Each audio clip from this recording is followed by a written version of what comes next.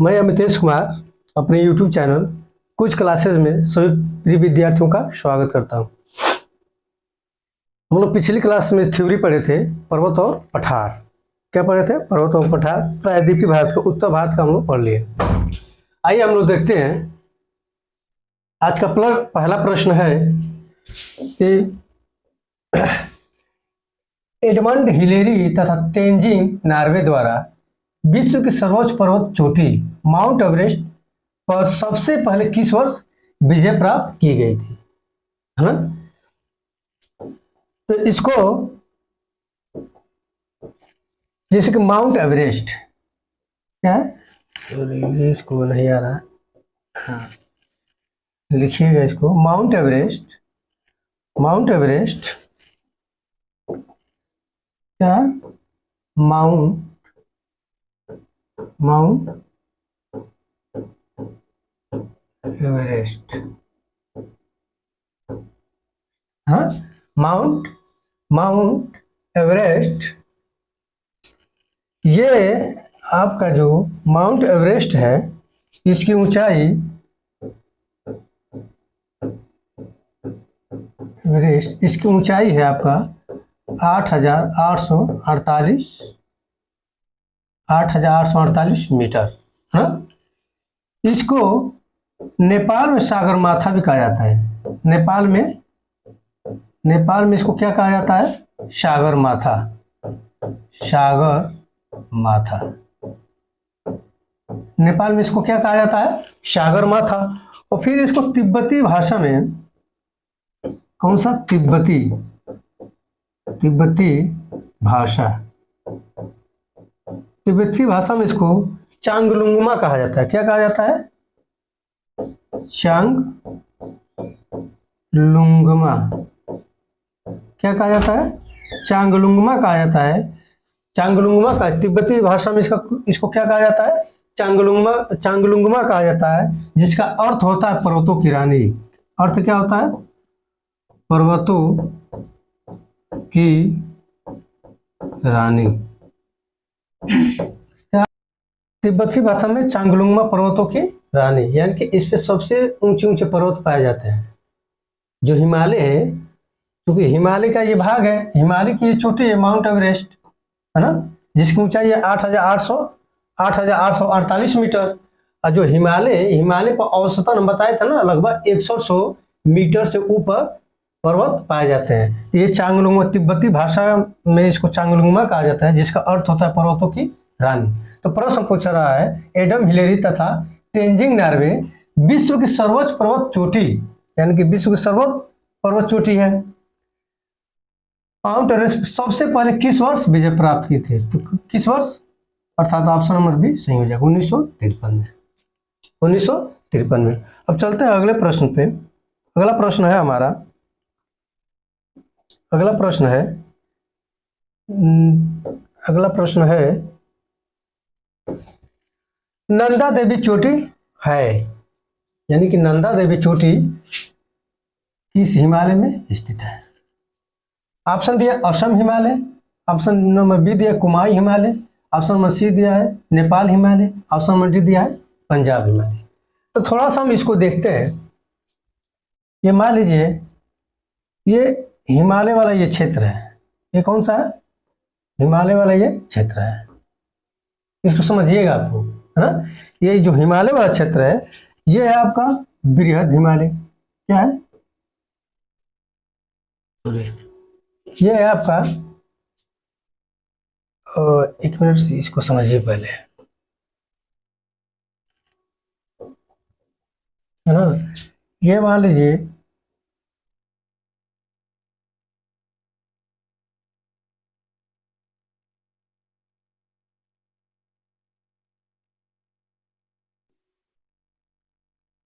कैसे हुआ।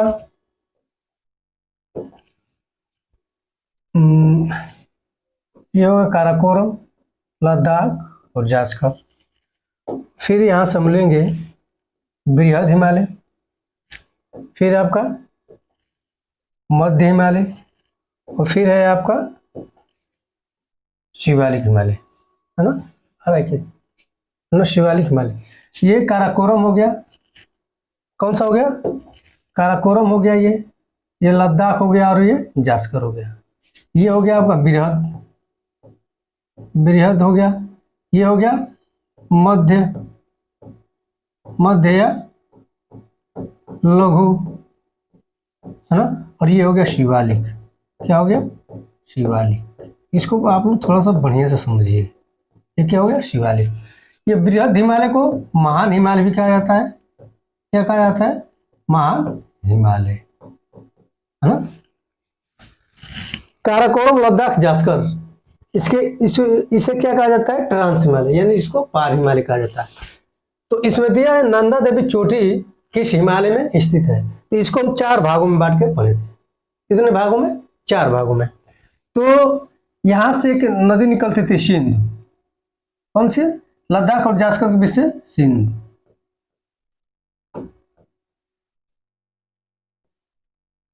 सिंधु नदी निकलती थी। सिंधु नदी से लेके और यहाँ पे आपका है सतलज। कौन सी नदी है, सतलज। ये है आप सतलज, सतलज, है ना। तो इसके बीच में कौन सा हिमालय है, पंजाब हिमालय। कौन सा हिमालय है, पंजाब, पंजाब हिमालय। कौन सा हिमालय है, पंजाब, पंजाब हिमालय। कौन सा हिमालय है, पंजाब हिमालय। पंजाब हिमालय आपका 560 मीटर के, मतलब 560 मीटर की एरिया है। सिंध और सतलज के बीच में ये 560 मीटर के क्षेत्र में फैला हुआ है। ये तो पंजाब हिमालय हुआ, या इसी को कश्मीर हिमालय कहेंगे। क्या कहेंगे, या कश्मीर हिमालय, है ना, या इसी को कश्मीर हिमालय कहा जाएगा। फिर है आपका यहाँ पे देखिएगा, ये वाला क्षेत्र है आपका कुमायूं हिमालय या गढ़वाल हिमालय। क्या है, इसको कहेंगे कुमायूं, कुमायूं, इसको कहेंगे हम लोग कुमायूं, कुमायूं या गढ़वाल हिमालय, गढ़वाल, कुमायूं या गढ़वाल हिमालय। ये सतलज नदी से लेके, है ना, जो कुमायूं और गढ़वाल हिमालय, ये सतलज नदी से लेके, और ये सतलज, ये काली नदी हो जाएगी। कौन सी नदी हो जाएगी, ये काली नदी हो जाएगी, काली नदी। यानी कि जो सतलज नदी से लेके काली नदी के बीच का जो क्षेत्र है उसे क्या कहते हैं, कुमायूं हिमालय या गढ़वाल हिमालय। उसे क्या कहते हैं, कुमायूं हिमालय या गढ़वाल हिमालय है। इनके बीच का जो क्षेत्र है ये है 320 मीटर। यानी कि सबसे कम क्षेत्र, यानी जो सतलज नदी और काली नदी का मध्य का जो क्षेत्रफल है, कुमायूं हिमालय का जो क्षेत्रफल है वो 320 किलोमीटर की एरिया तक फैला हुआ है। कितना, ये 3 किलोमीटर है ना, 320 किलोमीटर की एरिया तक फैला हुआ है। यानी कि इतने मध्य 320 किलोमीटर के मध्य में ये क्षेत्र फैला हुआ है। तो यहाँ पे प्रश्न का क्या कह रहा है, आगे देख लीजिए।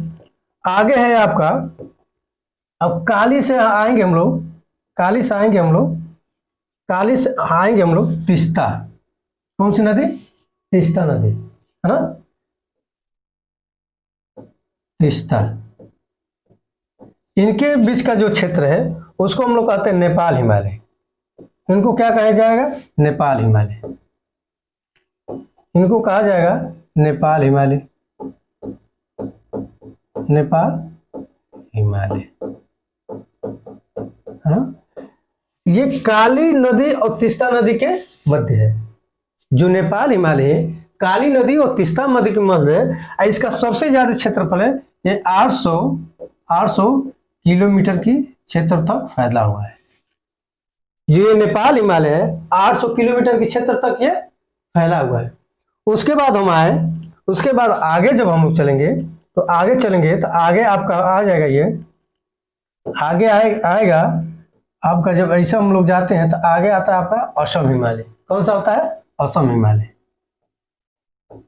असम हिमालय। इसका जो क्षेत्रफल है तीस्ता से ब्रह्मपुत्र, ब्रह्मपुत्र, लगभग ये आपका 720 किलोमीटर तक फैला हुआ है, 720 किलोमीटर की मात्रा। यानी कि जो तीस्ता नदी और ब्रह्मपुत्र नदी का क्षेत्र है उसको हम लोग क्या कहते हैं, असम हिमालय। और जो काली और तीस्ता नदी के बीच का क्षेत्र है उसको कहते हैं नेपाल हिमालय। और जो सतलज और काली नदी के बीच का जो क्षेत्र उसे कहते हैं कुमाई हिमालय। और जो सतलज और सिंधु नदी का बीच का क्षेत्र उसे कहते हैं पंजाब हिमालय। क्लियर हुआ। अब देखिए प्रश्न क्या कह रहा है, प्रश्न कह रहा है नंदा देवी चोटी स्थित है। तो जो कुमाई हिमालय इसमें क्या है, उत्तराखंड भी आता है, उत्तराखंड। उत्तराखंड की सबसे ऊंची चोटी कौन सी होगी, नंदा देवी, नंदा देवी। तो नंदा देवी किस हिमालय में स्थित है, तो कुमाई हिमालय।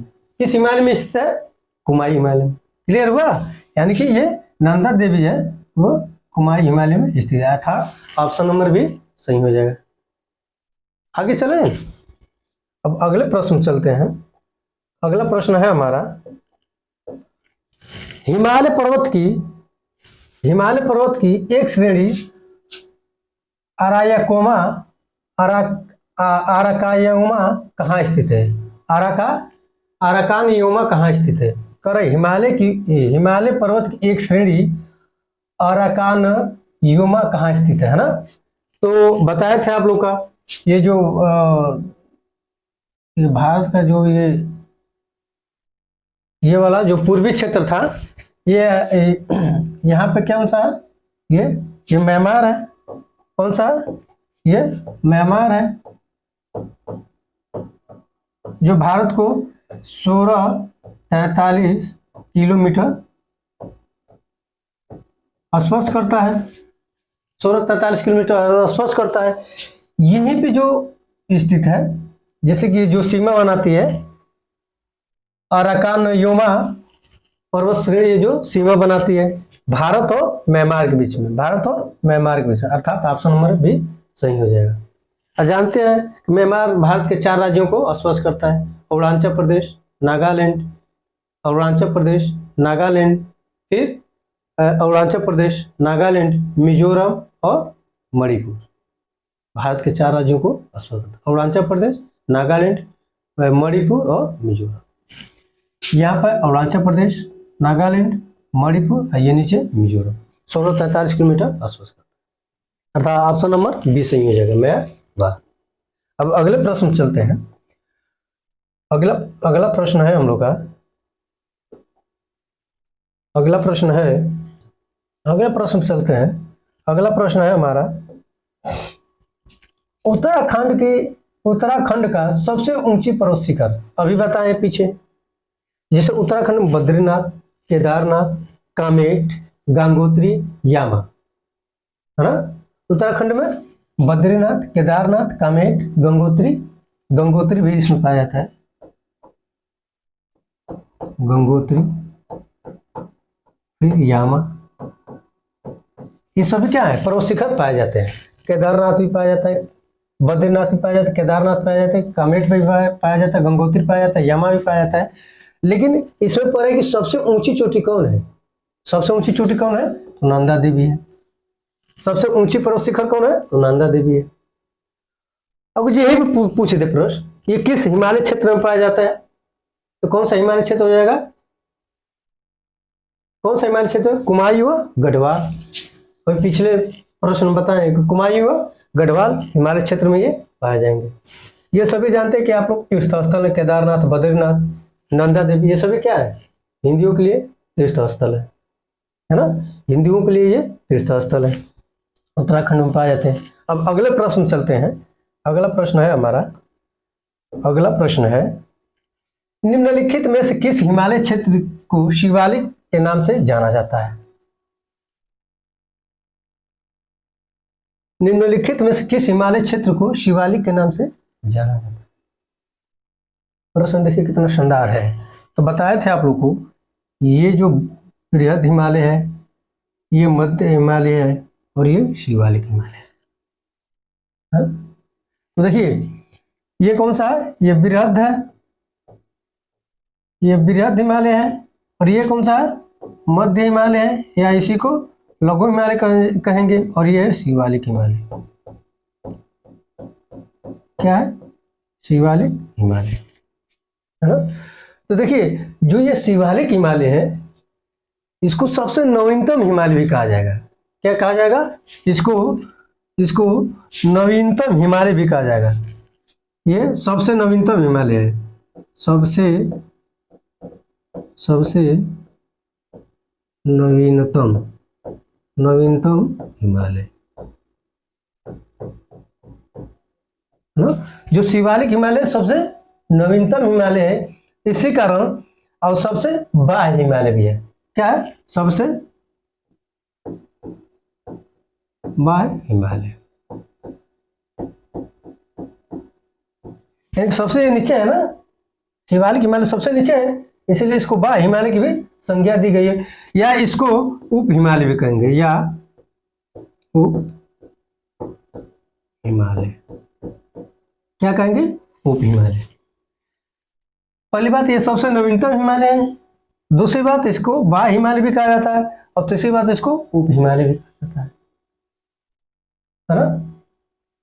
अगर जो शिवालिक हिमालय है इसको Punjab plus Haryana, sorry Himachal Pradesh, Punjab plus Himachal Pradesh, कौन सा? हिमाचल, इसकी मैं बात कर रहा हूँ, शिवालिक हिमालय की मैं बात कर रहा हूँ। पंजाब प्लस हिमाचल प्रदेश में इसकी जो चौड़ाई है 50 किलोमीटर होती है। कितनी होती है? 50 किलोमीटर होती है। अगर यहीं पर अगर हम अरुणाचल प्रदेश वाले क्षेत्र में चल जाए, यहाँ पर अरुणाचल प्रदेश वाला क्षेत्र में, अरुणाचल प्रदेश, इस क्षेत्र में इसकी चौड़ाई हो जाती है 15 किलोमीटर। कितनी हो जाती है? 15 किलोमीटर। यानी कि सबसे ज्यादा इसकी चौड़ाई कहाँ हो जाती है? पंजाब और हिमाचल प्रदेश में, और सबसे कम कहाँ हो जाती है? तो अरुणाचल प्रदेश में 15 किलोमीटर चौड़ाई हो जाती है। कितने का अंतर पड़ जा रहा है? 35 किलोमीटर का अंतर पड़ जा रहा है। इसीलिए कहा जाता है तो जो हिमालय क्षेत्र है वो पंजाब मतलब कश्मीर हिमालय या पंजाब हिमालय के क्षेत्र में, वहां पे चौड़ाई इसकी क्या हो जाती है? अधिक हो जाती है। जो हम लोग पूर्वी क्षेत्र की तरफ जाते हैं तो इनकी चौड़ाई क्या हो जाती है? घटती जाती है, कम होती जाती है।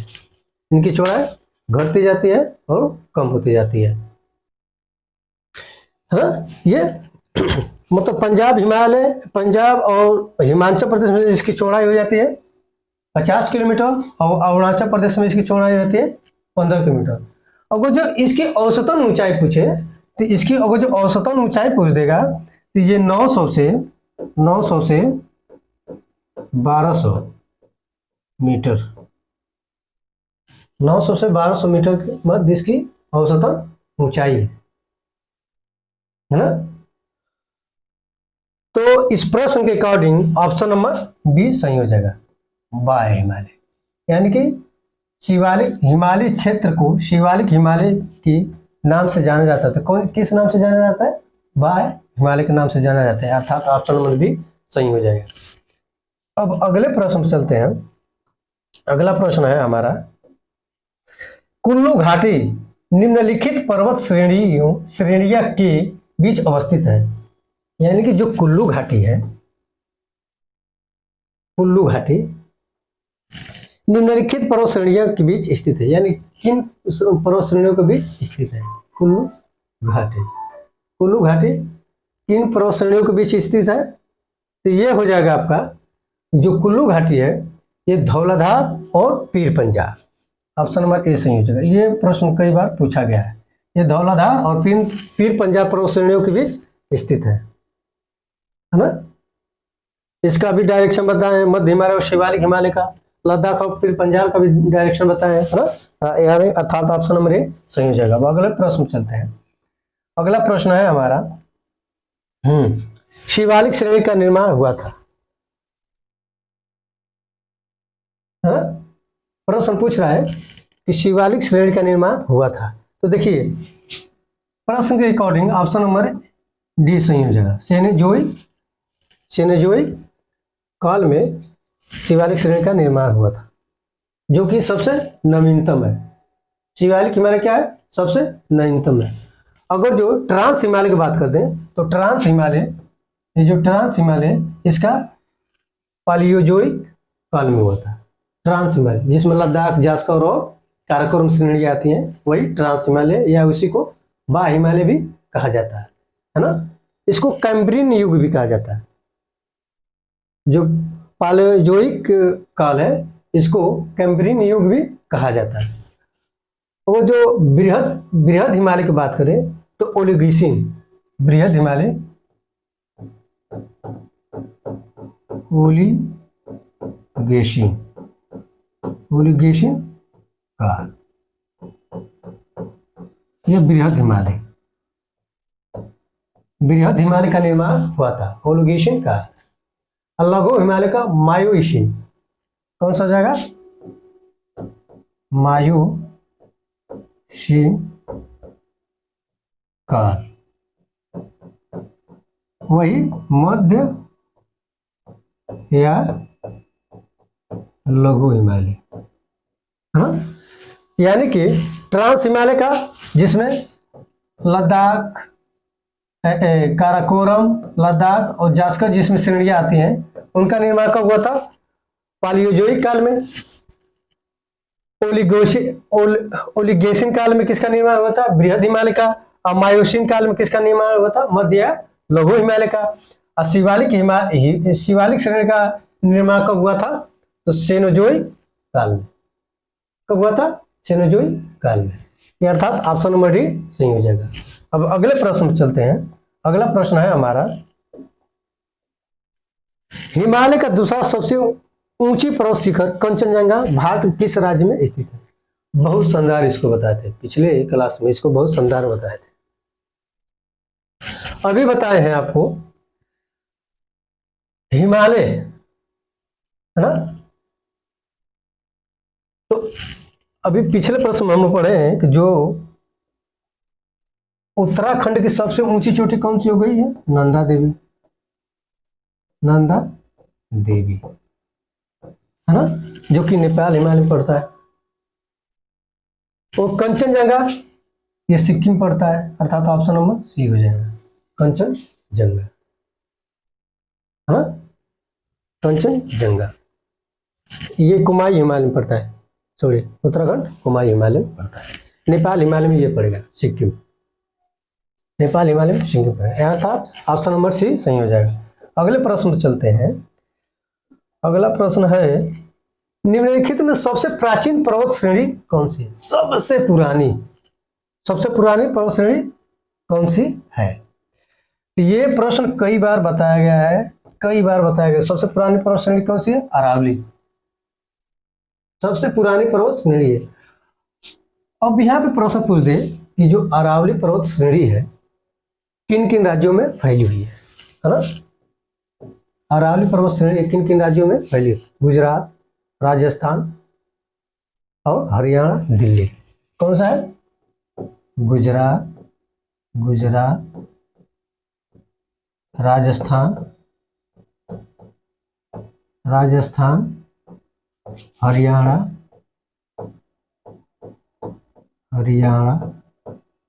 और दिल्ली, ना, हरियाणा और दिल्ली, हरियाणा और दिल्ली, हरियाणा और दिल्ली, हरियाणा और दिल्ली, हरियाणा और दिल्ली। कहाँ तक फैला है? गुजरात, राजस्थान, हरियाणा और दिल्ली। ये जो दिल्ली का पोर्शन है, इसको दिल्ली, ये दिल्ली है जो, ये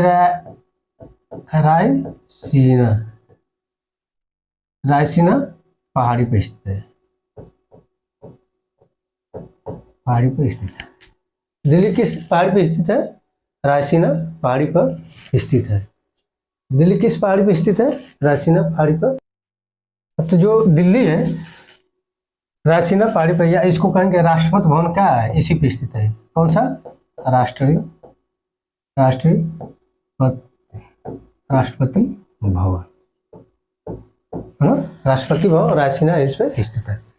तो प्रदर्शन के अनुसार ऑप्शन नंबर बी सही हो जाएगा, अरावली सबसे प्राचीन। अरावली की सबसे ऊंची चोटी कौन सी हो जाएगी? गुरु शिखर। सबसे ऊंची चोटी कौन सी हो जाएगी? गुरु शिखर, गुरु शिखर। अरावली की सबसे ऊंची चोटी गुरु शिखर हो जाएगी, यानी अर्थात ऑप्शन नंबर बी सही हो जाएगा। अगले प्रश्न चलते हैं। अगला प्रश्न है हमारा, भारत में निम्नलिखित में कौन सी पर्वत श्रेणी केवल एक राज्य में फैली है? तो कौन सी पर्वत श्रेणी है? जो अजंता पर्वत श्रेणी है ये महाराष्ट्र में फैली है। कहां से? महाराष्ट्र, महाराष्ट्र में फैली है। ये बौद्ध चित्रकला के लिए प्रसिद्ध है। किस लिए प्रसिद्ध है? बौद्ध चित्रकला, चित्रकला। ये 29 चट्टानों को काट के बनाई गई है। कितनी? 29 चट्टानों को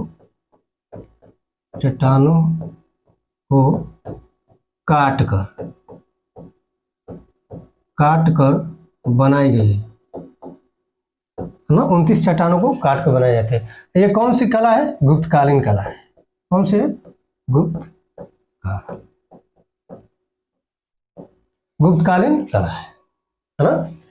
यानी कि अर्थात ऑप्शन नंबर सी सही हो जाएगा। अरावली का बता दिए किस किस राज्य में फैली हुई है। सतपुड़ा किस किस राज्य में? मध्य प्रदेश, महाराष्ट्र, छत्तीसगढ़ और गुजरात। ये जो है मध्य प्रदेश, महाराष्ट्र, छत्तीसगढ़ और गुजरात राज्यों में फैली हुई। सतपुड़ा की सबसे ऊंची चोटी धूपगढ़ है। सतपुड़ा की सबसे ऊंची चोटी धूपगढ़ है, अर्थात ऑप्शन नंबर इसमें सी सही हो जाएगा। अगले प्रश्न चलते हैं। अगला प्रश्न है हमारा, भारत में सबसे प्राचीन वलित पर्वतमाला कौन सी है? सबसे प्राचीन अभी बताए हैं।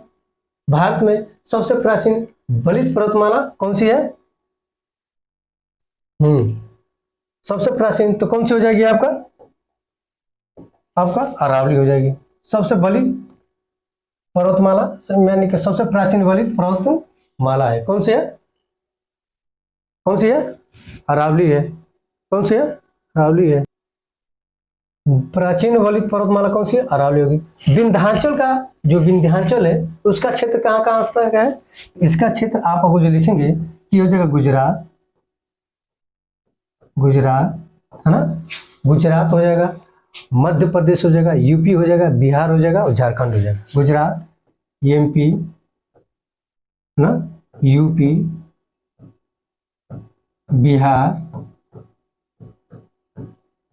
बिहार और झारखंड। आया समझ में ना? जो वो क्षेत्र तो उनको बता दिए। विंध्याचल का गुजरात, मध्य प्रदेश, यूपी, बिहार और झारखंड के क्षेत्रों तक ये फैला हुआ है। इन राज्यों तक ये विंध्याचल फैला हुआ है। यानी कि प्रश्न के अकॉर्डिंग ऑप्शन नंबर सी सही होगा। सबसे नवीनतम सबसे प्राचीन वलित पर्वतमाला अरावली हो जाएगी। अब अगले प्रश्न चलते हैं। अगला प्रश्न है हमारा, गुरु शिखर अभी बताएं। गुरु शिखर निम्नलिखित पर्वत श्रृंखला में से किसका सर्वोच्च शिखर है? तो किसका है? अरावली की। बताया ना, अरावली की सबसे बड़ी पर्वत मतलब सबसे बड़ी चोटी है गुरु शिखर। अब अगले प्रश्न चलते हैं। अगला प्रश्न है हमारा, अगला प्रश्न है पश्चिमी घाट क्या है? पश्चिमी घाट क्या है? एक अवशिष्ट पर्वत है, एक ज्वालामुखी पर्वत है। अवशिष्ट पर्वत होगा नहीं, ज्वालामुखी पर्वत होगा नहीं, ये मुर्दार पर्वत है, मुर्दार पर्वत नहीं होगा, है ना। ये क्या है? भ्रंश कगार है। क्या है? ये भ्रंश कगार है, काटा फूटा। जैसे कि ये जो पश्चिमी घाट है इसकी बात कर रहा है। ये जो पश्चिमी घाट है ये काटा पिटा है, थोड़ा सा कहीं ऊंचे कहीं खाले कहीं मतलब गड्ढा ऐसे करके। तो ये क्या है? भ्रंश कगार है ना। यानी कि अर्थात ऑप्शन नंबर सी सही हो जाएगा। अगला प्रश्न है हमारा, अगला प्रश्न है निम्नलिखित में से किस पर्वतमाला को सह्याद्री के नाम से जाना जाता है? तो ये बताए थे, ये पूर्वी हो गया, ये पूर्वी हो गया, ये पश्चिमी हो गया, है ना। तो जो पश्चिमी घाट है इसको जो पश्चिमी घाट है इसको क्या कहा जाता है? इसको सह्याद्री कहा जाता है। क्या कहा जाता है? सह्याद्री कहा जाता है। और इसको दो भागों में हम लोग बांट के पढ़े थे। एक पढ़े थे उत्तरी सह्याद्री और एक दक्षिणी सह्याद्री, जिसको 16 अंश अक्षांश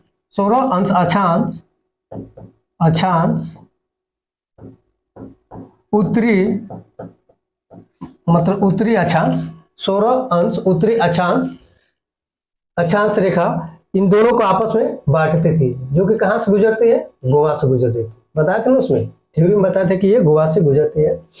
ये भी बताए थे, कमेंट बॉक्स में बताइएगा उत्तरी सह्याद्री की सबसे ऊंची चोटी कौन सी है और दक्षिणी सह्याद्री की सबसे ऊंची चोटी कौन सी है। यानी कि अर्थात ऑप्शन नंबर बी संयोजक पश्चिमी घाट। अब अगले प्रश्न में चलते हैं। अगला प्रश्न है हमारा, प्रायद्वीपीय भारत में उच्चतम पर्वत चोटी कौन सी है? प्रायद्वीपीय भारत की कर रहा है, यही ना प्रायद्वीपीय भारत, है ना। तो बताए थे प्रायद्वीपीय भारत की सबसे ऊंची चोटी कौन सी है? तो अन्नाईमुडी। कौन सी है?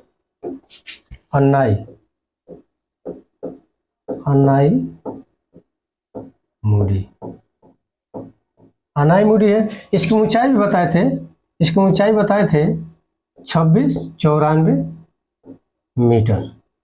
ये कहाँ, ये किस राज्य में स्थित है? तो ये केरल में स्थित है। कहाँ स्थित है अन्नाईमुडी? केरल में स्थित है। या ऐसे भी कह सकते हैं कि दक्षिण भारत की सबसे ऊंची चोटी कौन सी हो जाएगी? अन्नाईमुडी। प्रायद्वीपीय भारत की सबसे ऊंची चोटी कौन सी हो जाएगी? अन्नाईमुडी। और मुझे यही पूछते प्रायद्वीपीय भारत की दूसरी सबसे ऊंची चोटी कौन सी हो जाएगी? तो डोडा बेटा। इसकी ऊंचाई है 2637 मीटर, जो कि कहाँ स्थित है? तमिलनाडु में स्थित है।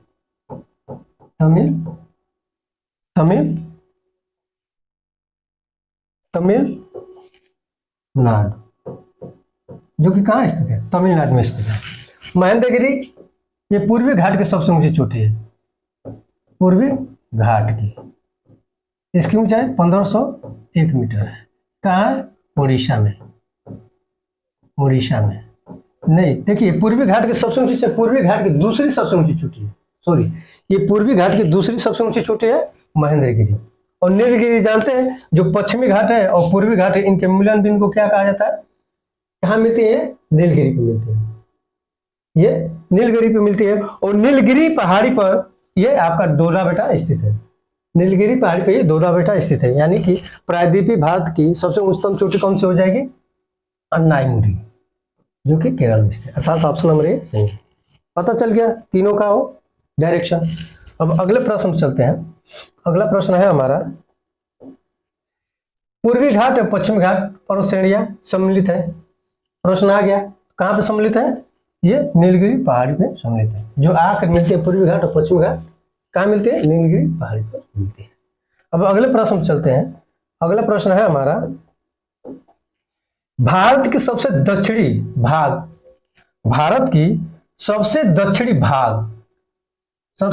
भाग स्थित पहाड़ी निम्न से कौन सी है? सबसे दक्षिणी भाग, ये इसको थोड़ा आप लोग समझिएगा। सबसे दक्षिणी भाग कौन सी है? कार्डमेमम की पहाड़ी है। कार्डमम की पहाड़ी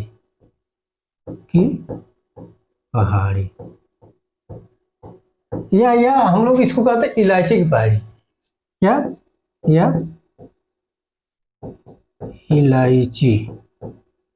इलायची की पहाड़ी, क्योंकि यहाँ पे इलायची की खेती ज्यादा होती है। देखिए, ये दक्षिण भाग की सबसे दक्षिणी भाग में स्थित पहाड़ी पूछा है। अगर यही पूछ दे सबसे दक्षिण भाग की चोटी कौन सी है? ये हो जाएगी महेंद्रगिरी। कौन सी हो जाएगी? एक महेंद्रगिरी चोटी है, महेंद्रगिरी, जो कि तमिलनाडु में स्थित है ना। एक महेंद्रगिरी। अगर जो दक्षिण भाग, मतलब अगर जो दक्षिण भाग की सबसे दक्षिणतम चोटी पूछ दे तो महेंद्रगिरी हो जाएगी, और सबसे दक्षिणतम पहाड़ी पूछ दे तो कार्डमेमम की पहाड़ी था इलायची की पहाड़ी। क्लियर हुआ? यानी कि ऑप्शन नंबर बी सही हो जाएगा, कार्डमेमम की पहाड़ी। अन्नामली को बता दिए कहाँ पे है, नीलगिरी का भी डायरेक्शन बता दिए, अर्थात ऑप्शन नंबर बी सही हो जाएगा। अब अगले प्रश्न चलते हैं। अगला प्रश्न है हमारा, पूर्वी घाट पर्वत श्रेणी का सर्वोच्च शिखर है, आ गया ना, पूर्वी घाट पर्वत श्रेणी का, पूर्वी घाट श्रेणी का ये है आपका उड़ीसा में स्थित है, उड़ीसा। लेकिन यहाँ पर आप लोग क्लियर कर लीजिएगा, मैं क्लियर कर देना चाहता हूँ, 1501 मीटर है। यहाँ पर आप लोग क्लियर कर लीजिएगा, जो पूर्वी घाट की सबसे ऊंची चोटी है दिघड़ा है। कौन सी है? ये यहाँ पर आंध्र प्रदेश है, आंध्र प्रदेश में आपका दिघड़ा। कौन सी है? जिदगड़ा। कौन सी है? जिदगड़ा, जिदगड़ा। ये लगभग आपका 1600, ये लगभग आपका 1690 मीटर ऊंची है। कहाँ पे? आंध्र प्रदेश में। तो देखिएगा, आंध्र प्रदेश के इसको ऐसे भी दे देता है विशाखापट्टनम। आंध्र प्रदेश के किस जिले में? विशाखापट्टनम, विशाखापट्टनम, विशाखापट्टनम। तो प्रश्न, पूर्वी घाट की पर्वत श्रेणी की सर्वोच्च शिखर महेंद्रगिरी, 1501 मीटर है इसकी ऊंचाई। लेकिन सबसे, और जो प्रश्न कहीं कहीं भी ये भी दे देगा कि पूर्वी घाट की सबसे ऊंची चोटी तो जिदगड़ा है, 1690 मीटर ऊंची है, जो कि विशाखापट्टनम में पाई जाती है। विशाखापट्टनम जिले में ये प्रश्न पूछा हुआ है, इसलिए क्लियर कर दे रहे हैं। देखिए प्रश्न आया है, महेंद्रगिरी दिया है लेकिन जिदगड़ा नहीं दिया, जो कि विशाखापट्टनम में स्थित है, आंध्र प्रदेश में, है ना। इसको आप लोग क्लियर कीजिएगा। और ये ऑप्शन आ जाएगा तो इसको मार दीजिएगा। और दोनों ऑप्शन रहेगा, महेंद्रगिरी और जिदगड़ा, तो ऑप्शन नंबर ये सही हो जाएगा। वो इसको ना देकर इसको दिया रहेगा तो ये सही हो जाएगा, और इसको ना देकर इसको दिया गया तो ये सही हो जाएगा। अब दोनों दिया जाएगा तो ये विशाखापट्टनम वाला सही हो जाएगा। अरे समझ में ना, क्लियर हो गया ना। अब अगले प्रश्न चलते हैं, अगला और लास्ट प्रश्न, कार्डमेमम की पहाड़ी कहाँ स्थित है? कार्डमेमम की पहाड़ी कहाँ स्थित है?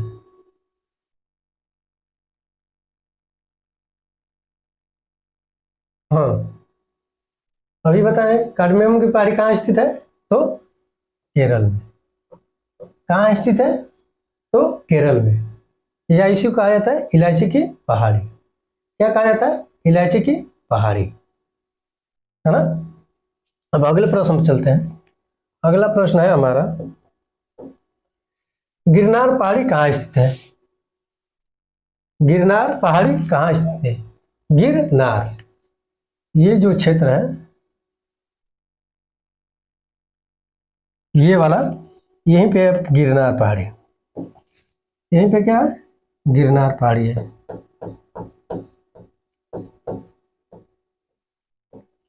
डायरेक्शन पता चल गया, पता चल गया कहाँ पे? गुजरात में। कहाँ पे? गुजरात में। और ये एशियाई शेर के लिए प्रसिद्ध है।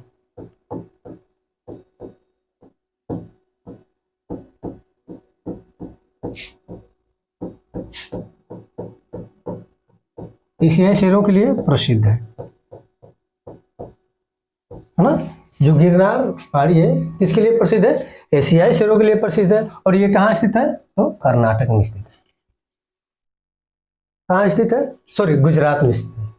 कहाँ स्थित है? गुजरात में स्थित है। गिरनार पहाड़ी कहाँ स्थित है? गुजरात में स्थित है।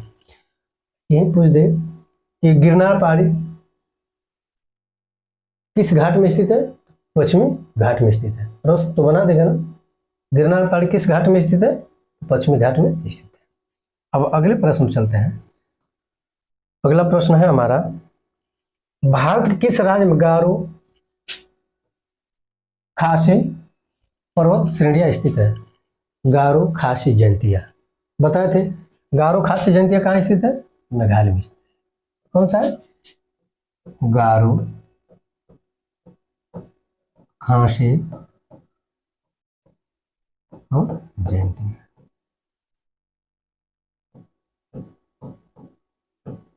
है ना, जयंतिया। ये कहाँ स्थित है? मेघालय में स्थित है। ये पर्वत श्रेणियां हैं और ये क्या है? एक जनजातियां भी हैं।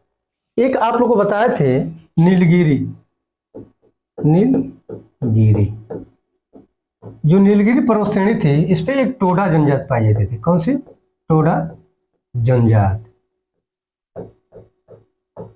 जो कि बहुपति के लिए प्रसिद्ध थी। बहुपति, बहुपति विवाह के लिए प्रसिद्ध।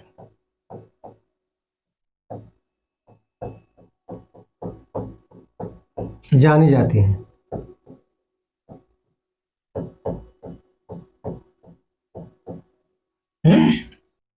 बहुपति विवाह के लिए जानी जाती है। ये कौन सी? अरे गिर नहीं है, नीलगिरी है। हाँ, नीलगिरी पहाड़ी पर टोडा जनजाति पाई जाती है, बहुपति विवाह के लिए जानी जाती है। यानी कि एक महिला कई पुरुषों से शादी कर सकती है। एक महिला कई पुरुषों से शादी कर सकती है। और जो यहाँ तक माना जाए तो ऐसे कहा जाए कि ये जो पश्चिमी यूरोप है वहाँ की संस्कृति यहाँ पर है, लेकिन ऐसा कुछ है नहीं। टोडा जनजाति बहुपति विवाह के लिए जानी जाती है। यह टोडा भैंसों के लिए अपना जीवन, टोडा जो भैंसे हैं उनको अपना दूध निकाल कर अपना जीवन निर्वहन करते हैं, है ना। तो यहाँ तक समझ में आ गया। तो आज की क्लास यहीं पे समाप्त की जाती है। आज की क्लास यहीं पे समाप्त की जाती है ना। ओह सॉरी, दक्षिण भारत में सर्वोच्च पर्वत शिखर कौन सा है? एक ये प्रश्न है, दक्षिण भारत में सर्वोच्च पर्वत शिखर कौन सा? मतलब ये समझिए कि प्रश्न रिपीट कर दिया है। तो कौन सा है आपका? अन्नाईमुडी। भी ये प्रश्न कहाँ से रिपीट कर दिया? कौन सा है? अन्नाईमुडी। कौन सा है? अन्नाईमुडी। दूसरा पर ये तो बताया गया है ना। अन्नाईमुडी दक्षिण भारत के सर्वोच्च पर्वत शिखर है ना। तो आज की क्लास यहीं समाप्त की जाती है। Thank you so much. थोड़ा चैनल को लाइक कीजिए, सब्सक्राइब कीजिए। इतने बढ़िया कंटेंट मिल रहे हैं, एक ही जगह सब कुछ मिल जा रहा है। हमको लग रहा है कि ऐसा कहीं नहीं मिलेगा। एकदम इजीली भाषा में सब कुछ मिल जा रहा है। हाँ, तो थोड़ा सा चैनल को लाइक कीजिए, सब्सक्राइब कीजिए, ज़्यादा से ज़्यादा शेयर कीजिए। थैंक यू सो मच, धन्यवाद।